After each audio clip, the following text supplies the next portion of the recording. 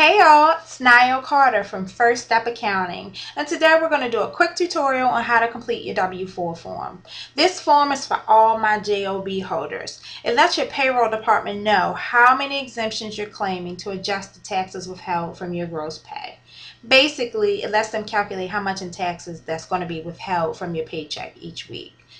You want to get this number correct so that when you file your taxes next year, you won't owe. You can get the correct pay each pay period. To get the form, you can go directly to irs.gov and search for the form W-4. Typically, it's on the home page because it is a commonly used form. Once you have the form, it only takes a few minutes to complete it. We're going to go through each line by line. Hopefully, I make it easy for you and you can just print it off and take it directly to your HR department. Okay, line 1, ask for your name and mailing address. You should use the address you're going to use when you file your tax return, since this will be the address on your form W-2 at the end of the year, and you want those two addresses to match. Line 2, ask for your social security number. If you don't know by heart, please go check your social security card.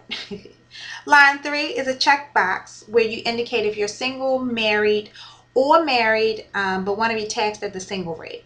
Single filers do include people who file as head of household as well. The only time you should be checking that married box but want to have the taxes withheld at the higher single rate is if you plan on filing married filing separately. Line 4, you check this box if the last name on your form and your social security card don't match. If they don't match, you need to request a new card, and the number to do so is listed on the form. Line 5 is where all the magic happens. If you scroll midway up the form, you will see that there is a personal allowances worksheet, and we're going to go through each one of these line by line as well. But here is where you come up with the number of how many exemptions you want withheld. So line A, you're going to put 1 here if no one else can claim you as a dependent.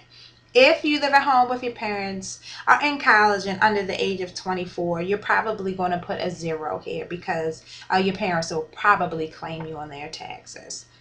B, you're going to enter 1 if you're single and only have 1 job, or if you're married and only have 1 job and your spouse doesn't work, or wages from a second job and or from your spouse's job will be $1,500 or less. So the final number in B should either be 0 or 1. C, you're going to enter 1 for your spouse. I only recommend doing this if your spouse is not currently working. Again, the final number here should be 0 or 1. D, you're going to enter the number of dependents you're claiming on your tax return. This includes children, stepchildren, parents, nieces, or nephews. Do not include anyone you will not be filing on your tax return. Again, the final number here can be 0 or not, again, depending on how many dependents you have. Letter E, enter 1 if you're filing head of household. You will only be filing head of household if you are single and have dependents you're claiming on your tax return. The final number here should be 0 or 1. F, enter 1 if you will have at least $1,900 of child or dependent care expenses for a child you're claiming on your tax return. These expenses include daycare expenses, before and after care, and summer camp fees. The final number here should be 0 or 1. G gets a little tricky. However, the easiest way to do this calculation is to figure if your income will be between $61,000 and $84,000. You're going to enter 1 for each eligible child under age 17. If you're married, that income threshold goes between $90,000 and $119,000. The final numbers here can be 0 and up depending on how many dependents you have. Finally, letter H is the sum of letters A through G. You're going to write the total there and then transfer that number back down to line 5 at the bottom of the form here.